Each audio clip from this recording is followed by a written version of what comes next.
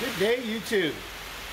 Back here in the shop again today. Got Project Rustbucket up on the lift for about the 40th time. As you can see, the rockers are in and bed liner sprayed on them.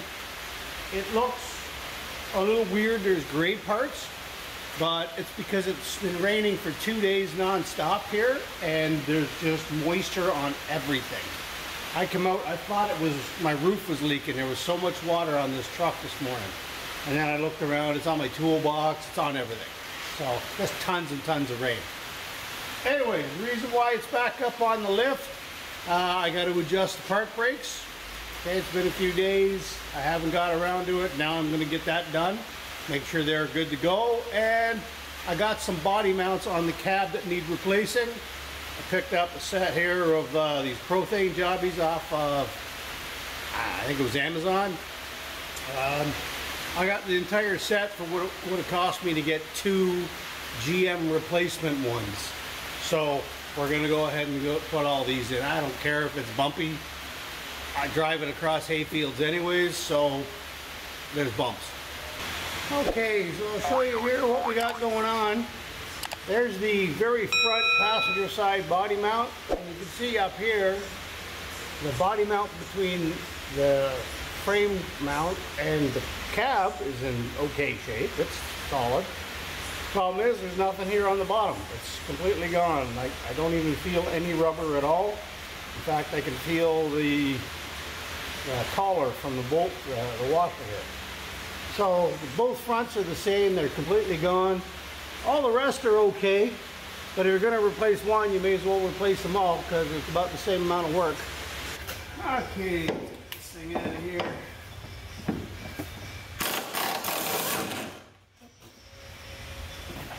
How the heck did that go in my mouth?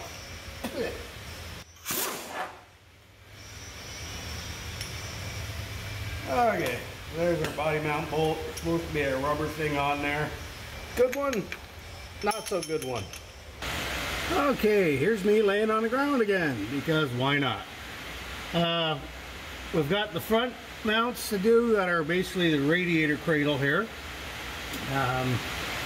You can probably force that cab up enough with a jack that you could get them out, but I got to replace this one anyways because it's the same thing, the bottom's gone. The problem with this one is put the impact on it, spin the tool, and the whole bolt spinning. So now I got to reach all the way up into here to get a socket on the bolt.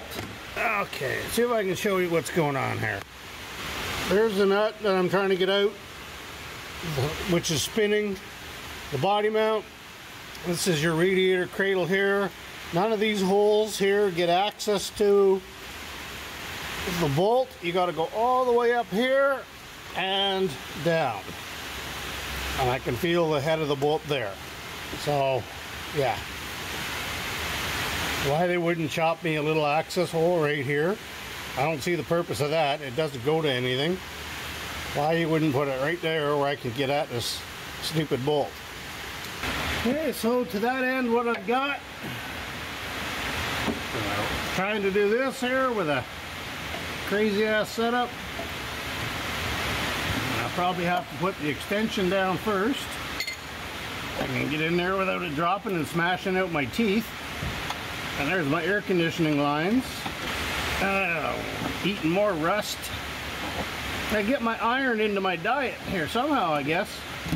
I suppose if I went from way up above, I could probably see it, but I doubt it. Let's see if that works.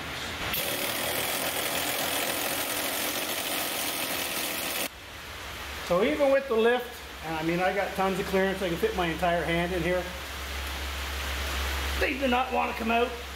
They are rusted right into the mounts, so you're going to have to get in there and start smashing. It's the only way to do it.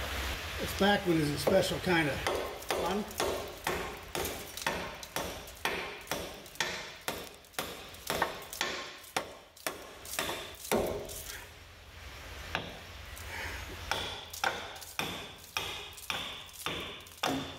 There we go. Cooperation. We still get the fun of pulling that off of there. There we go. because we actually have to keep that piece. Okay, I managed to get the half rotted old body mounts out. Some of them took some doing. It's amazing how much rubber will stick to rusty steel over the years. I had one I had the Sawzall out. It literally would not come, so I put the Sawzall up in here, cut one way, cut the other, and managed to peel it off. Like, I don't know how well you can see that, but it literally became part of the mount. So yeah, there was one or two that took some doing. I don't know where the Sawzall one is. I got mad and threw it in frustration, so it's over there somewhere.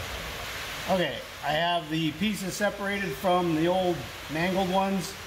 I cleaned up all the loose scaly rust, of which there was plenty. My vise and workbench is a mess over there. I actually had to wash my hands in the middle. This has been such a dirty job. That's just the rust from one of them. What I did, once I got all the loose scaly stuff out, I was thinking about painting it with POR, but it's been 16 years in there and they haven't rotted through yet, so I'm not doing that. What I did, however, do was put a layer of grease on the inside of the cup here, where the polyurethane mount sits to. So with the grease, it slid right into place like I like, so that's a bonus. And it'll hopefully keep it from rotting for a few more years. So now it's just a matter of going back in, dropping them through the holes in the mounts, and lowering the cab, putting our bolts back in. Okay, so to put them back in, simple as, depending on how rusty your hole is, just like that, they protrude through. Nothing to it. Lifted her back up. I've got the front tube put in already because I had to reach over and below at the same time. Okay, so this ProThing kit comes with bottom washers. So you don't need to use the old rotted out ones if you're anything like me.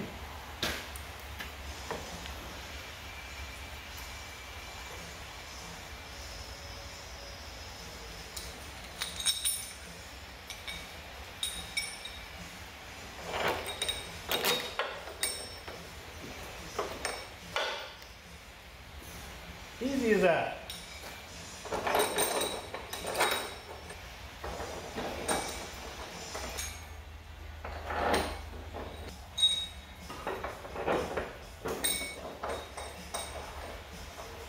Nothing left to do now but tighten them up.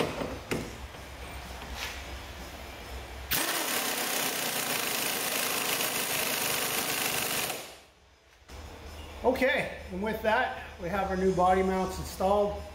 They say to come back and check the tightness in a couple of weeks, and that makes sense. The polyurethane is probably gonna, you know, do its thing and squeeze and push and whatever, and so they may loosen up. I read all kinds of reviews saying that these make the ride terrible and all this. If you want a nice ride, go buy a Cadillac. I mean, it's a pickup truck. It's made to carry stuff. I mean, that's what this thing does around here. It drives through hay fields, pulls hay wagons, goes to the lumber store, feed store, that kind of thing. It's almost always going to have some junk in the back of it. So, do I care about the ride quality? No. As long as my teeth don't smash out of my head when I hit a bump, I'm good. Okay, got the flame wire brushed and power washed and everything else. I'm going to lay down some POR 15 paint directly over rust. I know there's all kinds of prep and stuff that you can do if you really want a good job, but I'm just putting it on because once I get the box on, these are going to be places that I can't get to, and I don't want to have to deal with rust. Okay, I may be putting lipstick on a pig here, but I want this truck to give me a few trouble-free years, and if it's not rotting and falling apart, then that's a good thing.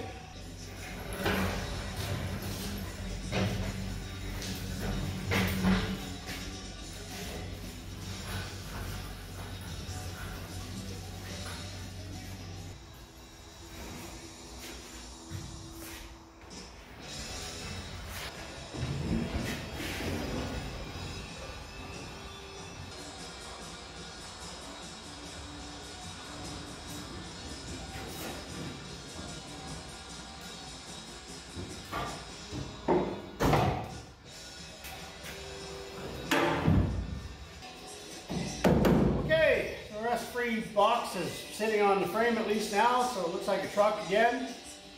It's not bolted down, the fuel tank's not hooked up, the wiring's not hooked up, but it's there. More importantly, it's bed lined and it's going to be durable. Anyways, we'll get the bolting this thing on probably tomorrow. It's Miller time.